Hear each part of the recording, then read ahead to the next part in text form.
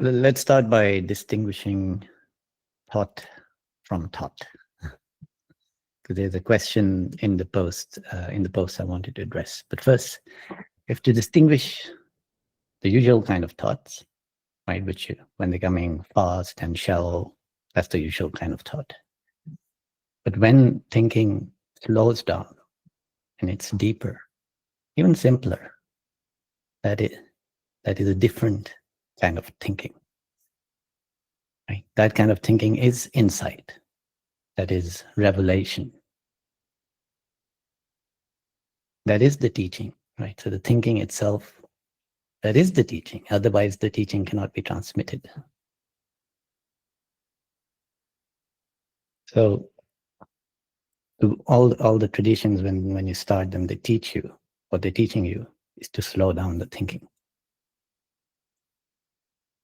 And if you've experienced something like what's called an awakening experience, or if you've ever experienced a psychedelic, right? What it does, it reveals to you that thought is not just thought, right? What you always thought of as thinking and thoughts, that's not the extent of what it is.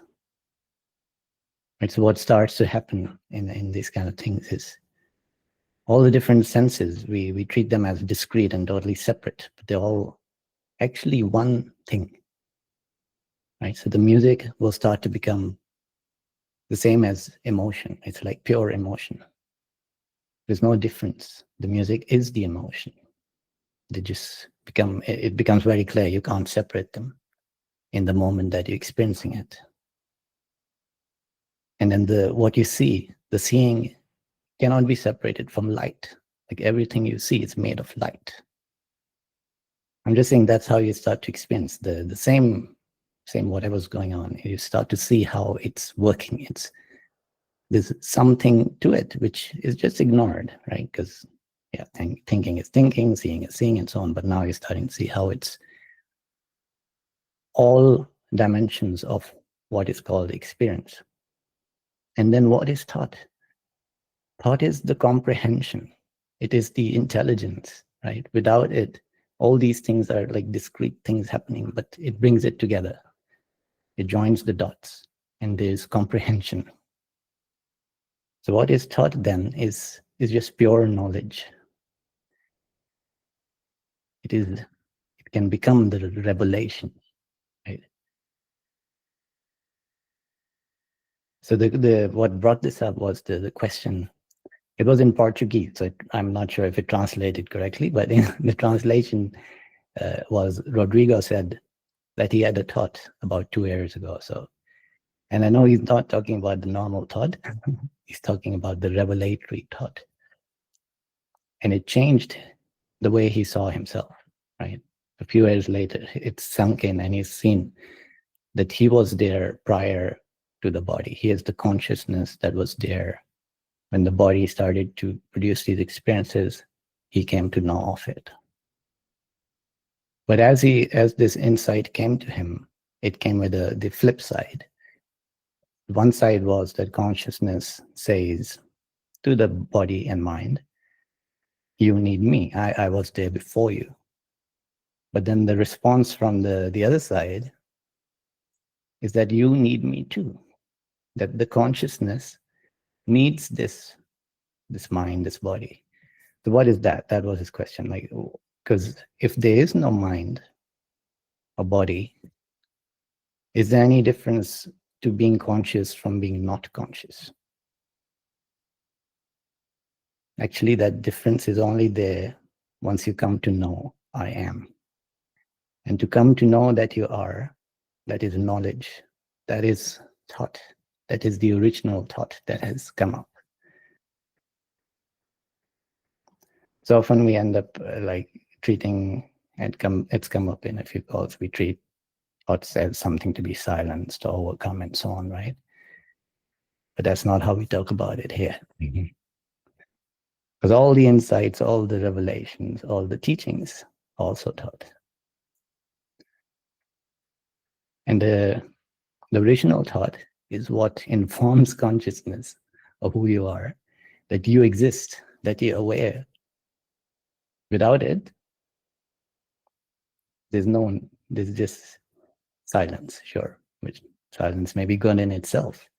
But who can say that it's bad that this has happened? That this has happened is the miracle, which reveals the nature of reality. Mm-hmm.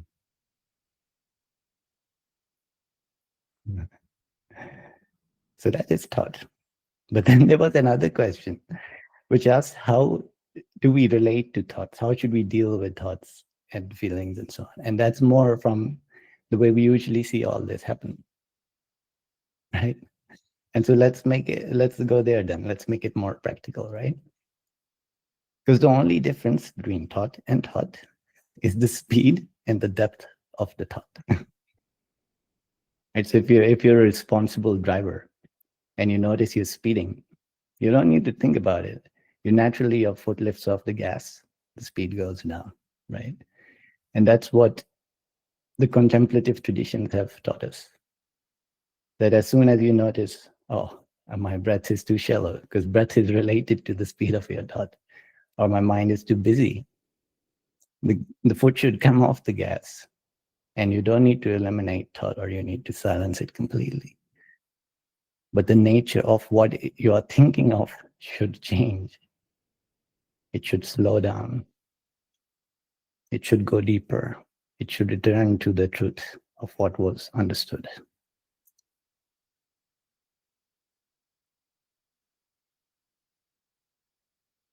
All right.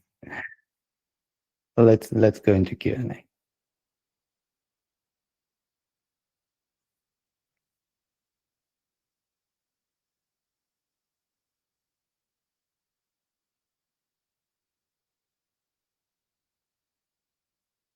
Yes, Nader. Yeah, my question is not directly about thought, but it's a continuation of what last week's conversation. I'm trying to figure out like attention. Who is it that pays attention? Who is it that withdraws attention and all that? Like, is attention is a property of like just sentience? This is a pure consciousness that happens. Attention is also like that. Is one aspect of a sentience, or can you shed some light on that? Yeah, sure. So the normal experience, which everyone believes is true, is that attention is like a torchlight, right? And you point it at something and becomes sharper. But that doesn't work. In once you see that there's no self, there's no one to hold the torch and point it. What's happening is, whatever the experience is arising, something will be in focus, right? Something is taking center stage. Who says that you should take center stage? There's actually nobody saying it. It just happens, right? Mostly it's because of how the body works, right? If there's a loud noise, immediately that takes center stage. Nobody says, oh, I don't want that to take center stage. There is, however, this aspect which I find somehow there is a feedback loop, and that is interest. Like, if you look at thought, how does a small little thought snowball and can become a rage or whatever, a passion? It's true interest. And if you look at human civilization, it's not built up just because to meet our needs and so on. It's all built by interest. All these musical instruments and all the entertainment we watch, that's all most of the resources we spend are on interest. So somehow there's this feedback loop, and that fuels how the mind is growing and pruning itself and learning and so on, right? So, but attention is not, it is not really like how everyone imagines that you as a person have the power to pay attention to something. Can you answer can you replace attention with interest and answer the question? Like, what is the interest? Like, is it something, where it's coming from? Yeah, so interest is something more, I find more, it's just more natural. It's just love in a way, right? We generally think of love as between people. But love is just, it can be for, as you were growing up as a child, something took your interest. That is something drew your love, right? The love of consciousness for that experience, whatever it was, let's say music. And that, you saw it and you heard it, and it just, it's like magic. It's one aspect of consciousness that you started to love. And then somehow that affects how that life progresses, right? If the love is deep enough, you want to learn music. It's like it's guiding the path that life will go through. But it can go in all kinds of wrong directions too, because once you don't know what the self is, and you take the self to be a person, this body, and your interests become the most important interests in the universe, that's it's not a pure and perfect power. It's just, once you see what the self is, it does start to clear up how minds work, and interest is there, and it is fueling how lives proceed. Okay, so like in the context of, okay, these are the fast thoughts coming in, and I want to disinterest myself from those. I want to take away my interest from those fast thoughts and slow it down. This I is who? That has the ability to give interest to something or withdraw interest from something. Is it yeah? So it's because through the whole path that you walked, that the mind itself will have changed. So once you notice that these thoughts are shallow and they're wrong because they refer to a me that does not exist, right? Because that has to come first. The insight is there that I am not a thing. I'm not a thing in this body. And this thought does whatever it's referring to, it's just imaginary. So when that is there, that knowledge is there, then it's automatic that the thoughts lose steam, because they only can get your interest if you take up that role of the me that the thought is building. If you take up that role, then they become strong. But as soon as you see through it, they automatically lose steam. So it's working a bit differently than you becoming disinterested. It's you seeing through the facade, right? Okay. And the disinterest is there because of of seeing through it. Like it's not true. And if you remember what you are, or the nature of what awareness is, and it just takes the wind out of the sails, right? Who's gonna? How will the thoughts continue on their own without interest? It just becomes like background chatter, and then starts to die down and gone, poof. Thank you. Yes, Japan. Oh, sorry. Can you hear me now? Sorry. Yes. Just following on from what you opened with, like I understand all this intellectually, and I also have experienced all this, but still there's still interest. For example, 2 or 3 weeks ago, I woke up, but not the body or the mind. There was awareness from sleeping all night. I think it was very early in the morning. I just became aware. There was awareness, but that awareness was not localized. It was just empty silence, just pure awareness. I was aware that the body was asleep. I was aware that there was no mind. I don't know where it had gone. Was it asleep? I don't know. But I couldn't localize. And then I started to panic. And at that time, then I had to remember my problems. As soon as I remembered my problems, I localized and I went, phew, thank God. It was actually quite funny because as soon as I remembered my problems, it's like the mind woke up. And then when the mind woke up, then the body woke up. But I was, so I know where it's like, help me, please.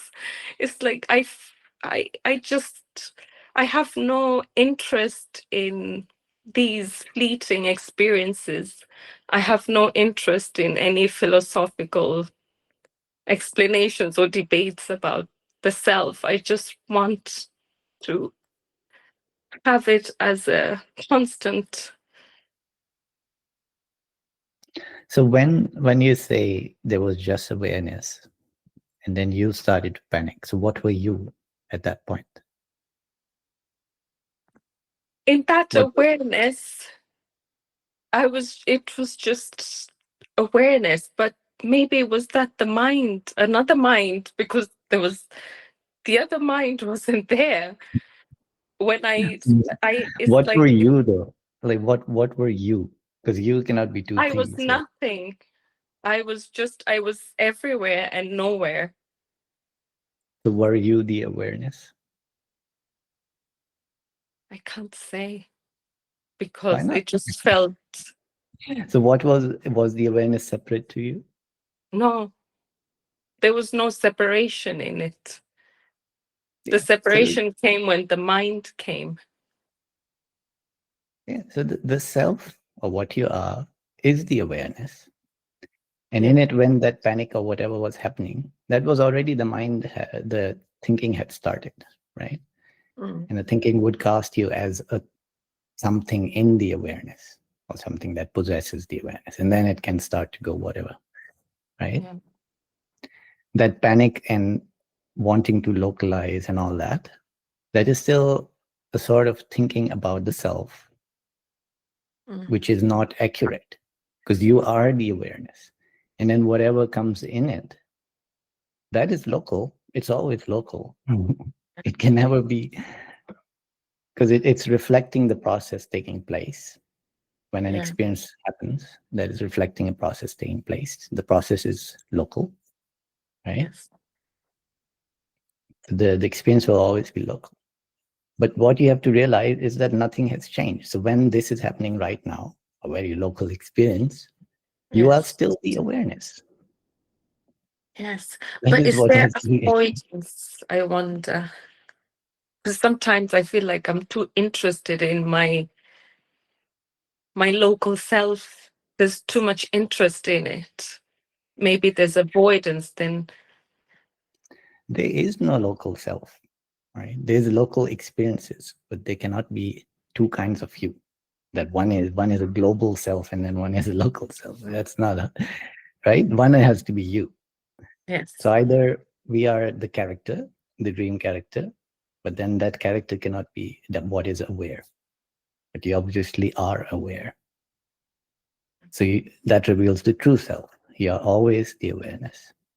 And then all this, whatever is happening, the experience is happening. Now, the interest question, like I said, it's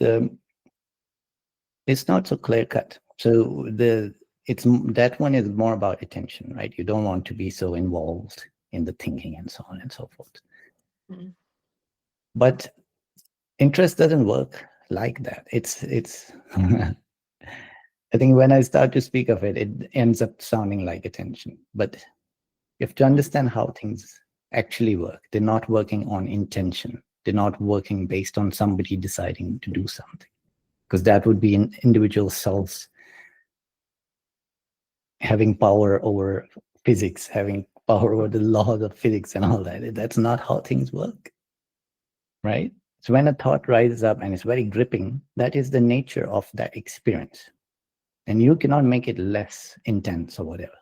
That is that's not about interest, right? I mentioned a bit about psychedelics. Like once the substance is in your body, there's no way you can make that experience less intense, right? You can try a disinterest, whatever, running away. No, that's not how it works. Interest is in the moment. Where are you placing your love, right? Mm. Mhm.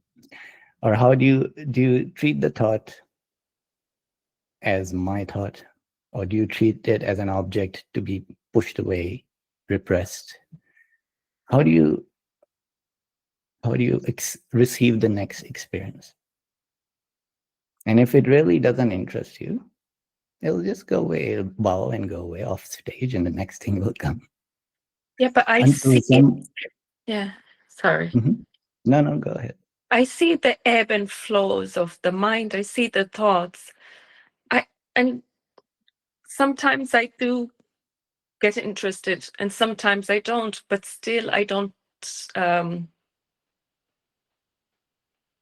I feel like I'm still in the mind. I'm not, experiencing the self, the true self.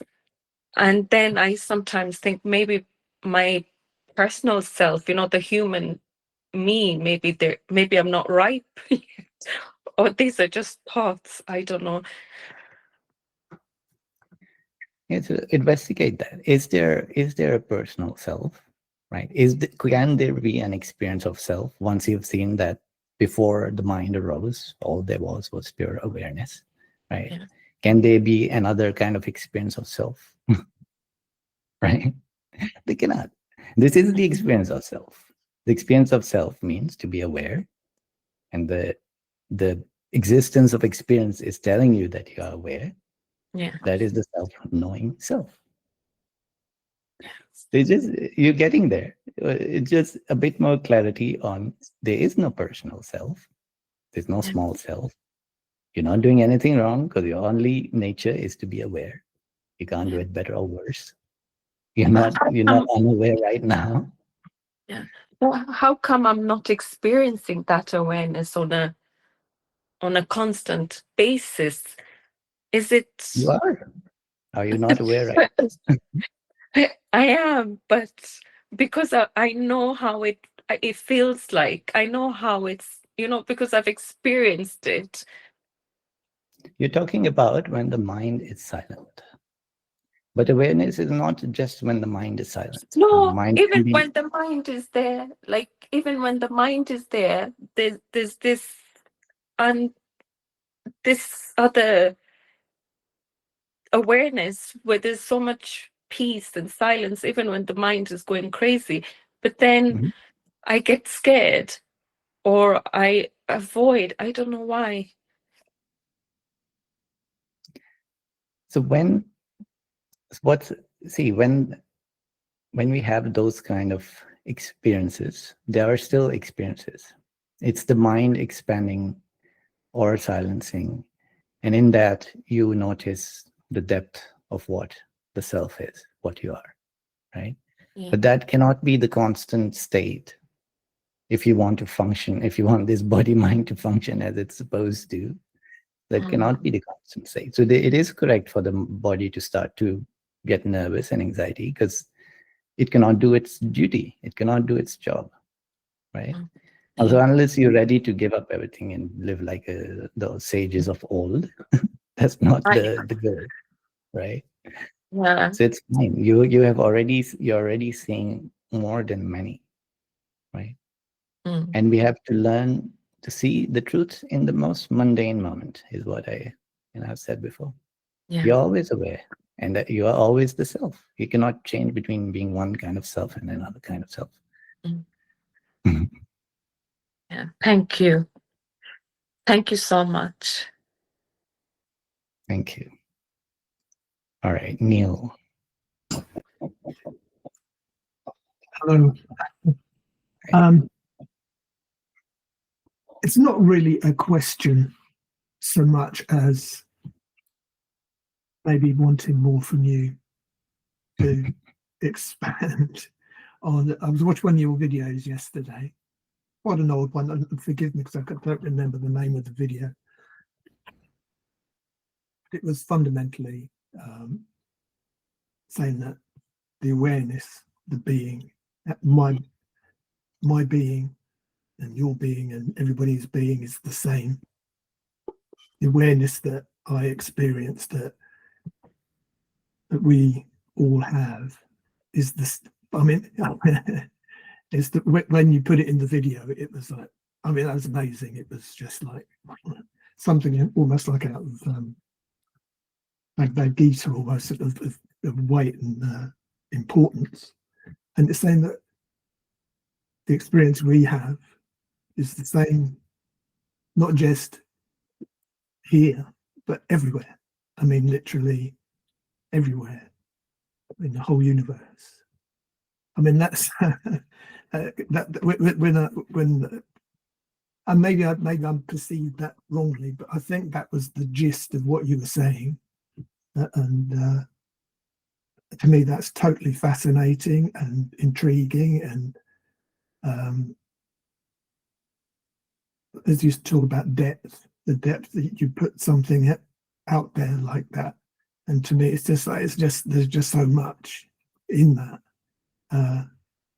And there's always the mind sort of wanting to comprehend it, but when actually all I want to do is, yeah. So, like I said, this isn't really a question so much as love it, wonderful. Is there more? What more can I? How do you ever comprehend, or is there never a comprehension of that? That's just an acceptance of that being the way it is.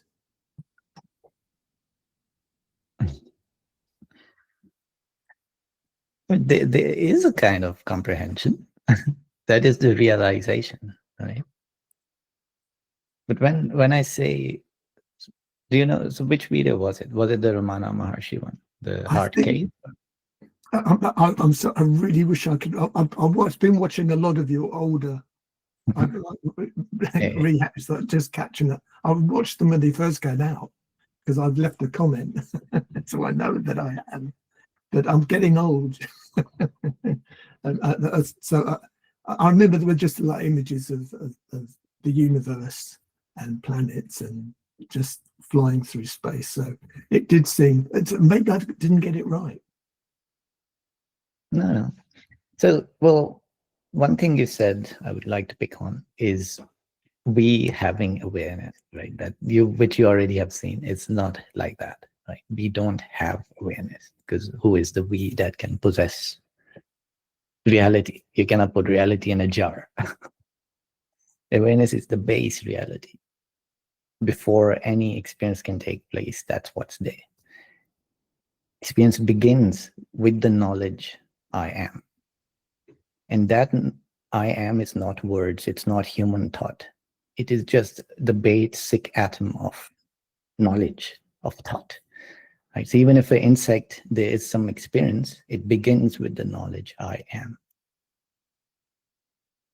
And that's what I mean, that in the entire universe, anywhere, any life, that basic datum of knowledge is there. And the knowledge is telling the awareness, you are. You exist. Because there's nobody else who can listen to that. There's no individual self entity that is conscious and that can receive that message. Because that goes against a very fundamental realization that is called non-duality. Non-duality is realizing there are no separate selves. Because when I look for myself, I don't find anything. I find thoughts, I find sensations, feelings. I don't find an individual self. And all I can say about myself is I am aware. How do I know it? Because each experience that's what it's saying, right? Even as whatever the content of the thought, what it's actually saying is you are aware, you are here, you are real. And so that's what every experience is saying, no matter what the words are saying. But what the actual knowledge is that one fact being repeated. In every experience, that one fact is being repeated. And that is, to the sage, that is self-knowledge. It's everywhere. It's every moment. Self-knowledge. It's there. It's present. It's self-evident. And so there's nothing to achieve. There's nothing to attain. Who will you save? And somehow you still go out. Because it's so funny that nobody is looking at life this way, is not understanding the message, which is just, you don't need thought, you don't need anything. It's the first thing when a child is born, the body starts to function, the first experience. What would it say? You exist. You are here. You are real. No matter the next experience is illusion or whatever, you are real.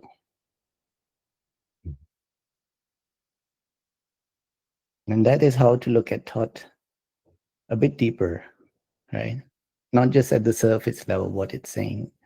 That might be wrong, but then it's saying something more. And then the thoughts start to sing. You see where Rumi was writing from, right? Or even Shakespeare, you see it. In Shakespeare, you find clear non-dual statements. You see where the inspiration came from. Okay. Yeah. Thank you very much.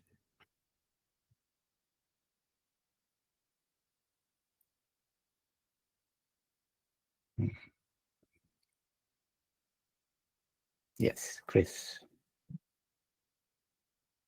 I can't hear you yet. Hi, Nabil, can you hear Hi. me? Yep. Yeah. I just wanted to say thank you for your YouTube videos. They've been fantastic and fascinating and very inspirational. Also that I'll have to leave soon. I've got something on. I'm still very kind of intellectual about all of this, but you know, I'll go for a walk and I'll try to remember some key point, and then I'll try to visualize things in a certain way. Or, for example, I might see my sister and try to imagine her as a pattern, expressing a unique kind of a unique pattern, I suppose, as part of the universe. And the closest I get to any real sense of joy is, you know, at night, if I listen to you or some other thing, and you know, I've got my eyes closed, and then I can go into a real darkness, a beautiful darkness, and that seems to be the closest I can come to this.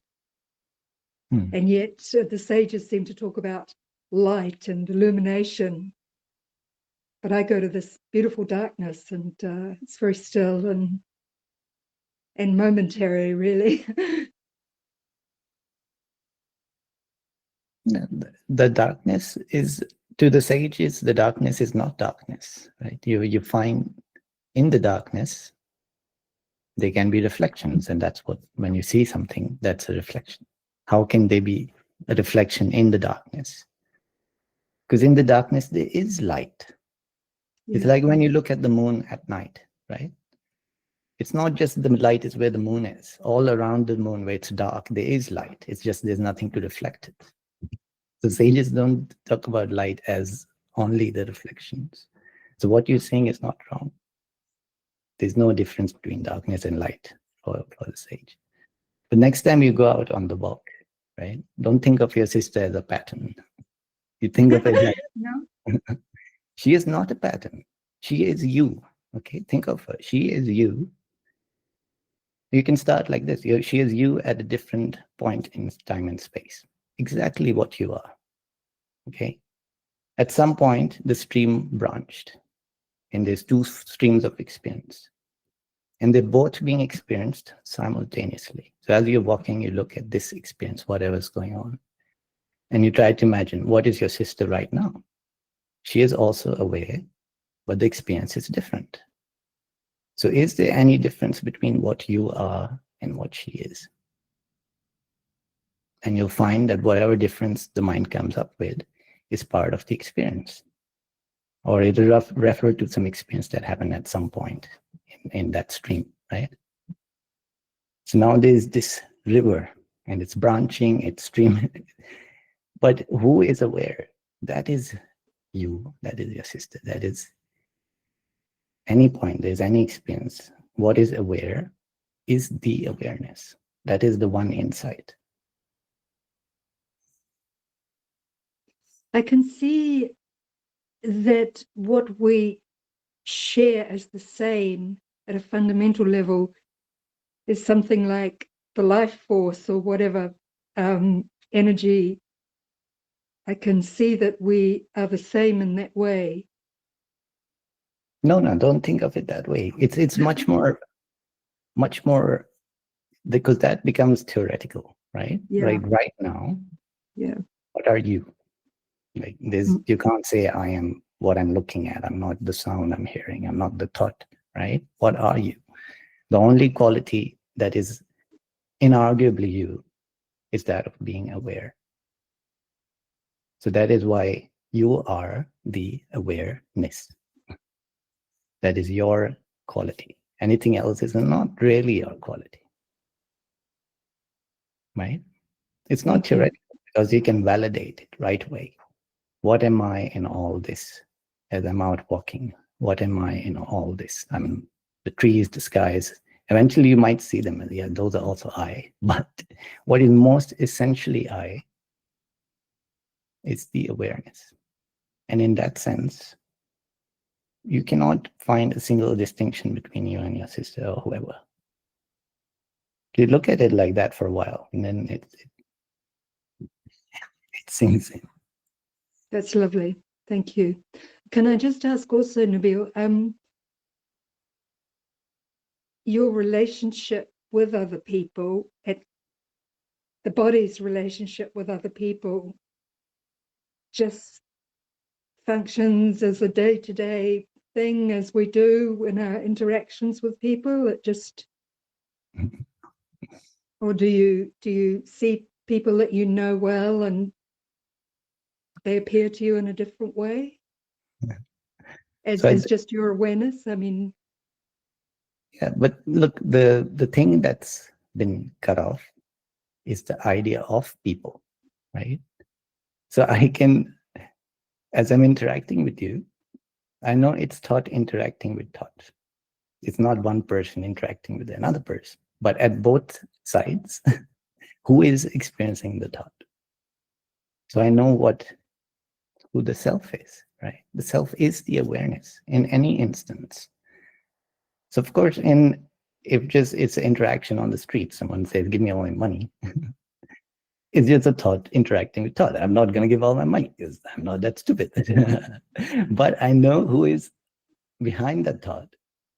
It's the self. So if there is a scenario where I see someone is suffering and so on, it's not that you wouldn't help, because who is having that terrible experience? But it doesn't make you gullible and I don't know. You know, it is in a way, yes, it's almost the same. But in the other way, when you look in someone's eyes, you know who you're talking to. It's not a person. In some of my videos, I have close-ups of the human eye. I love that because when you really close up on the human eye, you just see a hole. When we usually talk to each other, we look in the eyes and we think we're talking to a person. But when you zoom in, it's just a hole. Light's dropping down the hole. And then there's stuff behind there. It's all meat. There's no person in it. Is it like two thought streams interacting, or is it like one thought stream? Sure. Sorry, yeah. it's getting quite theoretical. If we zoom out, it's one huge universe interacting, right? It's one thought stream, but there's branches. Sometimes they merge, sometimes they divide, and so on. Yes. Thank you. One raging river. Thank you. Thank you.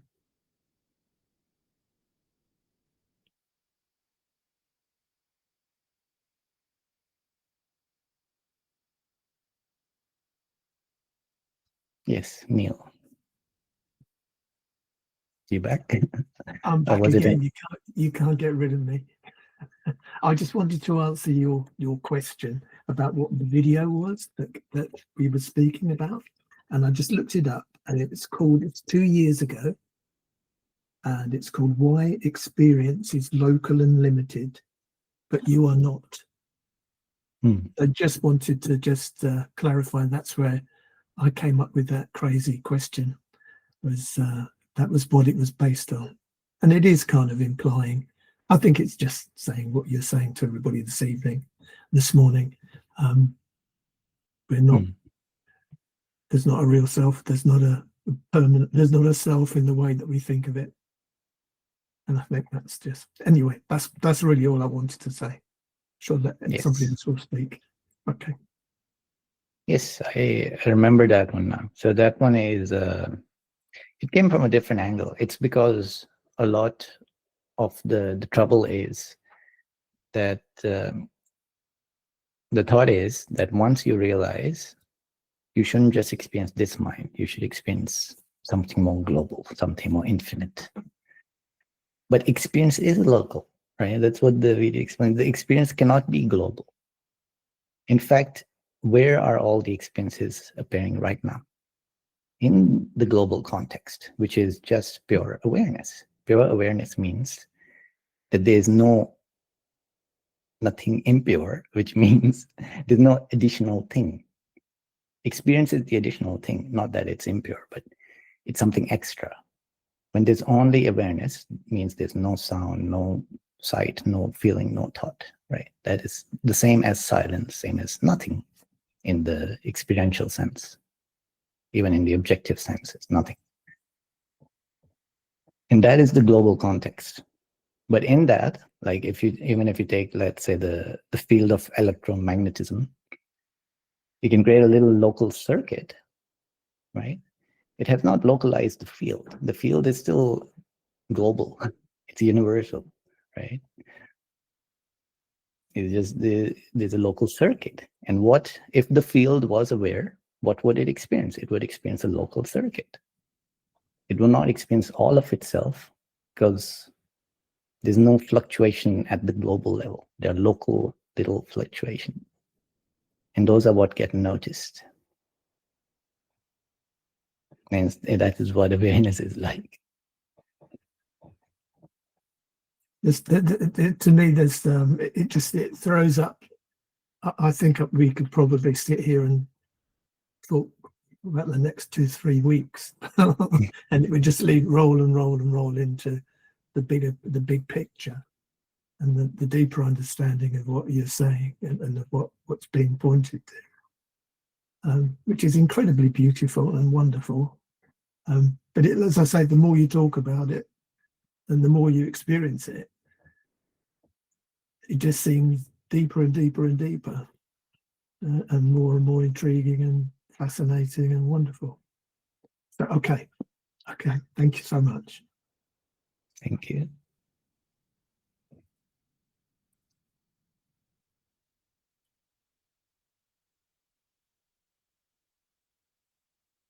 Yes, Jabin. Sorry, me again. Just following on from what Chris was saying and what you were saying, especially lately, I find it so frustrating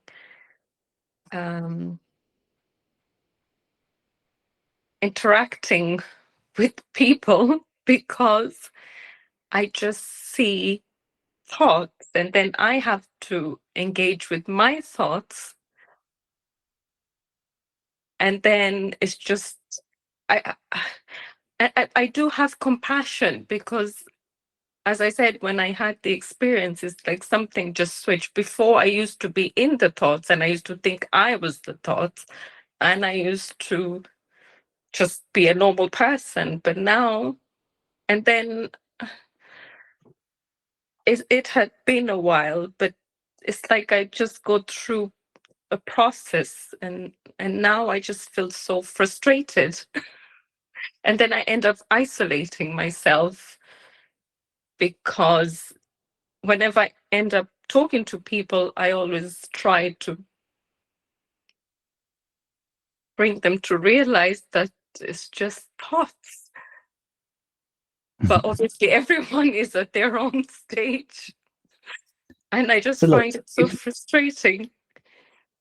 How to the first thing is, if we don't, you're not supposed to try to preach this to everyone, right? No, I don't preach. Yeah. It just naturally it comes because the people that come to me, uh, they naturally start talking about, because I don't know, it just happens naturally. I used to initially when it happened, then I realized, no, everyone, I have to interact with people at their level. Everyone is at their level of understanding.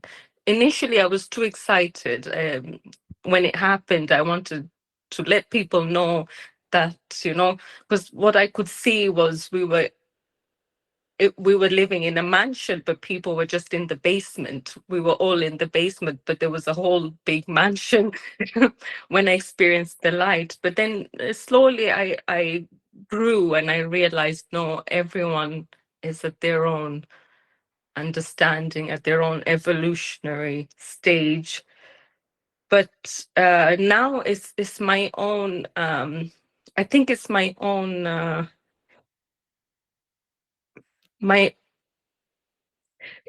I'm projecting because I'm frustrated with my own self that Yeah, that's what's happening. Yeah, So yeah. in your own mind, there's several additional kinds of thought processes taking place, right? So if before Yeah. you knew you talk to someone, there's just a simple interaction, right? Now Yeah. there's the expectation. Now you've realized this. I should be somehow different. There's a different kind of level I should be on, and then there's additional thoughts spiraling off. But Yeah. what is wrong here is non-duality is the great equalizer. There's no levels. There's no different people at different levels. That's not possible, right? Because Yeah. who are these people? When I talked to Chris, we talked about the raging river, right? And in the river, let's say it's branching with lots of different streams. All Yeah. this mind can do is try to evaluate what's going on in the stream over there, to Yeah. which it has no access until it joins with that stream. There's no access to that stream. So what is it trying to evaluate? It's trying to imagine a different stream, evaluate it. And while it's doing it, it's again going back to the old way of thinking that there are these separate people who so which is the first thing that's wrong. Who is the person? Yeah, but aren't there others that are so identified with their mind? The ones that do bad things. It's like I feel it's not levels, but it's the identification with the mind. Some people are so identified with their minds, and they end up they become selfish and do things. That. So again, the problem is they are selfish thoughts, but there is no self, so they cannot be selfish people, right? The problem is the mind has a certain way, right, of thinking of the world. Yeah. And that involves intention and actions and morality and all that, right? And thing is, what you find is there's actually no one to blame. Yeah. No matter how you might hate an action, there was no person behind it. And so I think your inquiry has to focus on what is the mind calling a person? What can we call a person? Yeah, I see them as just thought forms. That some thoughts are just too identified with the thoughts, and then they end up. Sometimes it's even funny because they end up doing silly things that, like, just not so nice in the human form. But it's because they're so identified with the mind. Because I feel like at one stage before the experiences, I was part of it as well. And as I don't know, is it growing? Because on the one hand, I know there is no growing because awareness cannot grow. But I don't know, maybe I'm just lost in my own thoughts and I'm projecting. Because I had another experience as well where someone I really cared about and loved died. They took their own life, and they came to me to speak to me after. I got a shock. I never knew this was possible. That was another shock. And it was like a shared experience where they were apologizing for taking their own life. But then at the same time, I was telling them, there is no need, because there is, but I didn't understand what I was telepathically communicating, which is another strange thing. But I was saying, I don't know, that there is no forgiveness because there is nothing to forgive, because it was all just the one. And I didn't even understand what Mhm. what that was. I was saying. So that's, So, but that's where your inquiry should remain. What is the one? Hmm? yeah. Like because the mind keeps flipping between, yes, there is the one, but then splitting it into people. People are the selves the Buddha was talking about. Yeah. Yeah, there is no such thing as a person, as a separate self. In the one, there are Yeah. all kinds of experiences, all kinds of terrible things have happened and will continue to happen. Who's going to stop them? Because they are not designed, they are not being orchestrated by some entity. Nobody is in charge. Yeah. Yeah. And in your own mind, you also have to see nobody is in charge. So when there's the frustration and the ideas of wanting to be different in some way, right? There is something there. Yeah. Also, you can't stop that. But somehow you will see it in that way and the frustration will go away. That you will see that who is there in charge? Who is there to blame? Nothing. No one. All is one. The self is all. The self is all. I am not, the self is not just I. The self is all, right? You just go Yeah. deep into that realization. That's it. How to go It's deep? all.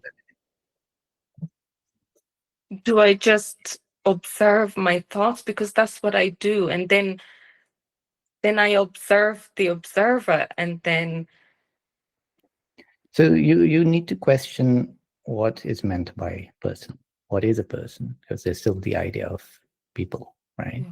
So when the thinking comes up with all these Yeah. ideas of people, you should inquire, what is it? What is a person? What am I? I feel like it's just a bundle of thoughts in my own mind. Other people are just bundles of thoughts. They're just, I mean, that's going towards too much of I again. That's the wrong it's I, it. right? Yeah. The Okay. people, you can't discard them as thoughts, but remain as I am still real, right? When we discard the Yeah. personal self first.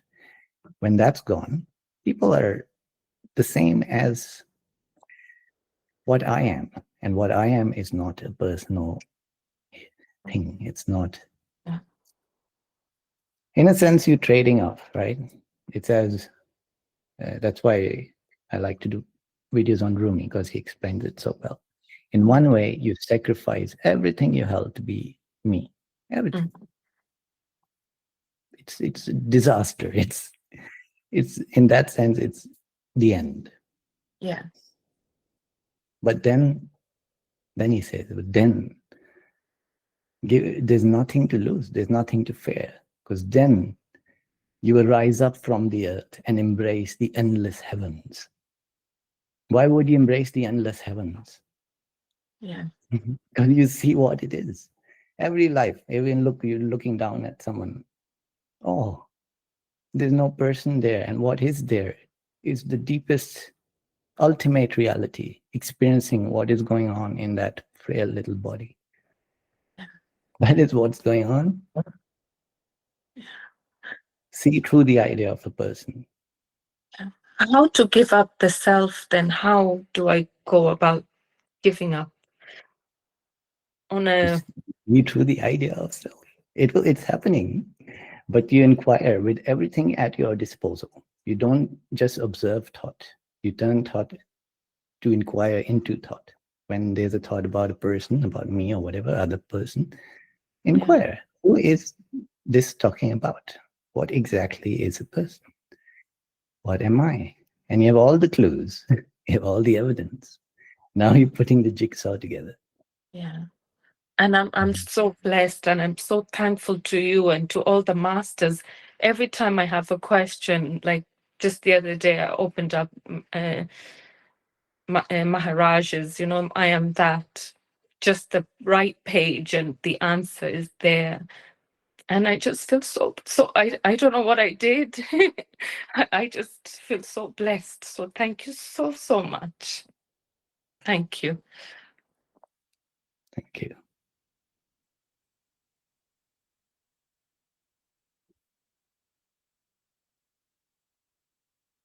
All right, who wants to go next?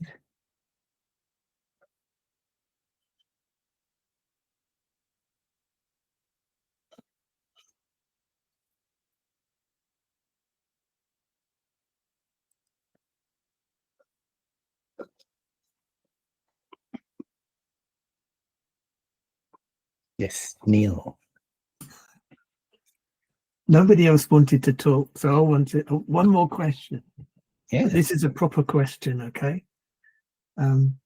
This statement of seeing a snake in a rope, I just can't, and I understand it's like seeing something in something that isn't real, that's an illusion, but I don't see how it relates. It's a selfish question. How does it relate to my experience or to the experience? I don't. I just can't. I can't see it, and I was hoping maybe you could fill me in. Yeah. So you have to think of the scope of that analogy, right? So the first scope is the personal self. What was thought of as the personal self turns out to be something completely harmless, completely not what you thought it was, and completely inanimate.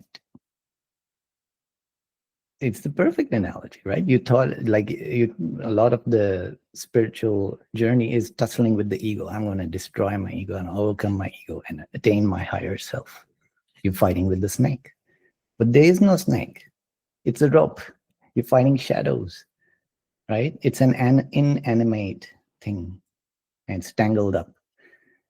It's just a rope in knots because of nobody's fault, because of all the evolutionary conditioning of everything that happened in this life. It created a certain chain of thoughts, a certain thought process started. It created an image of self. But what was thought of as I turns out to be inanimate. It's insentient, right? That is seeing the snake in the rope. Once you see it, you can never see the snake again. That should not happen. So when we go back, you need a deeper look. The other way is, again, you can apply it to the world as well. If the world feels hostile, right? An animal in the world must look at its environment as hostile. You find friends, you look for enemies, you hunt, you find food and all that, right? The world is then your snake. It can be dangerous. It can destroy you. It's venomous. And then you even see the world as a rope. It's not what you thought it was. It's not separate to you. It's not separate to what you are. Because what is the world? The world is inseparable from the seeing, the hearing, the feeling, the sensing, all of that. That is the world.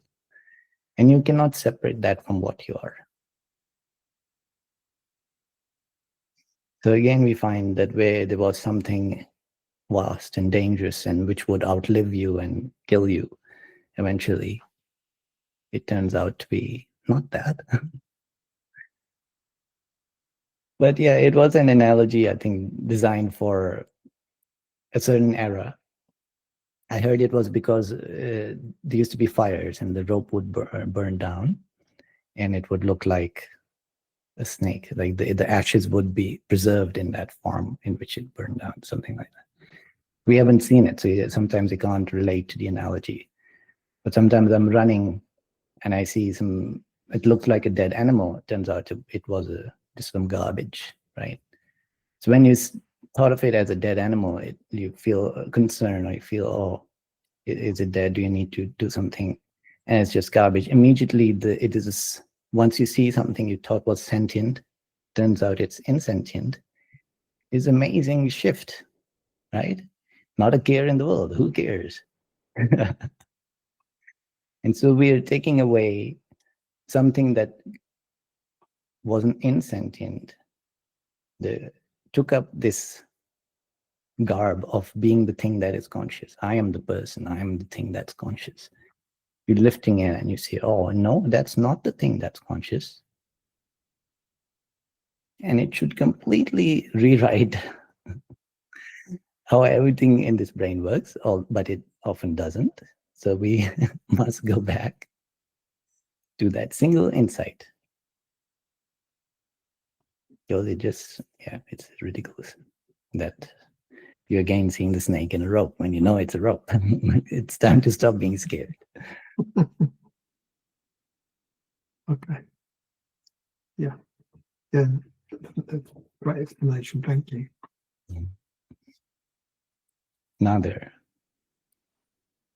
Another question here is like the Heart Sutta, like it's a Bahiya, I think Bahiya Sutta, said in the scene, there will be only the scene, in the herd, only the herd, and so on, right? So that's how Buddha told Bahiya to train himself, which like he got it immediately, but I'm listening and I'm trying to get it, taking a lot more for me. So question is, when in the sense, it's only sensed, but it's me, pure consciousness, that is actually the sentience, is sensing it, like that pain or whatever is there. How do you, like a practical advice, how do you contextualize, what are you supposed to do as a practitioner in here? Yes, in the sense, there's only the sense, but that sense is actually producing feelings and pain and stuff like that, right? So practically, how do you contextualize that as you're trying to stick to that? Yeah, that is one of my favorite teachings, because it's perfect. However, it approaches from the Buddha's teaching. His objective is just to show you there is no self. He does not say, oh, this is the self. He just shows there is no self.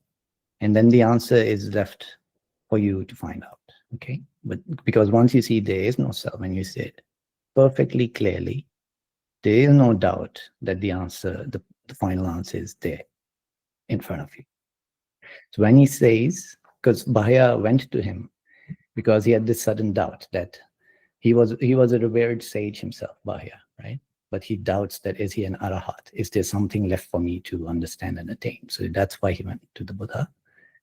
And then the Buddha is saying, there is no you there. In the seeing, there's only the seen. In the herd, only the herd. Right? So what you just said, that there's still the sentience. Now the Buddha is breaking that down. Later we can talk about sentience or awareness. But he's passing on the realization. There is no you there. In the seen, there's only the seen. In the herd, only the herd. In the pain, only the pain. The thought of you being there, feeling the pain, is a thought. In the cognized, there's only the cognized. So the thought is also just a thought. But there is no self there. And when Bahiya hears this, he does not need to train himself, even though at the start it says you should train yourself thus. Immediately, Bahiya, because he is a sage, he sees, yes, there is no me here. So who am I worried about attaining or being an arahat or not, right? Problem solved. There is no me here. Then what is all this? What is the seeing, the hearing, the sensing? What is it? That is I. Okay, the Buddha might not have said it that way, but he was talking to Bahiya. Yeah, you're interacting. If there is no sense in the sense of, the, what do you call that? And there's a certain internet non-duality where the no self is taken a certain way, then why does Buddha stop, right? Then Bahiya does not exist. Why would you stop to teach, right? So he is interacting with what the Buddha has recognized as the fundamental reality. And the teaching is comprehended in that reality. In that reality, what is found is the me that all the concerns were for does not exist. And then it is clear what that reality is. And it is not me. It is not I in any of the previous sense. But it is I. And that is why Buddha left it unsaid. Because he had noticed how those teachings of self and so on were mostly not going anywhere. So he wanted to create his own way of doing it.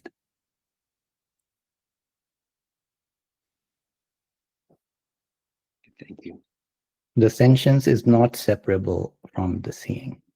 It's not like there's something sentient or sentience itself, and then there is something separate, which is the seeing. The seeing is the sentience. Yeah? You have to. So when we contemplate the Bahiya Sutta, you should take it very plainly, very direct. It is pointing out right now, there is no you here as a separate thing.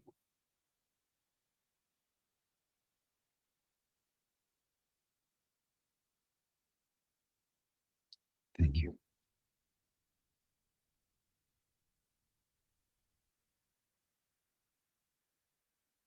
All right. Any last comments or questions?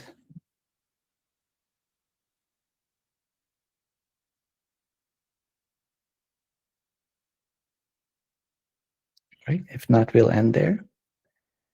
Thank you all for your time today. Bye. Thank you. Thank you. Thank you. Thank you. Thank you. Thank you. Thank you. Thank you.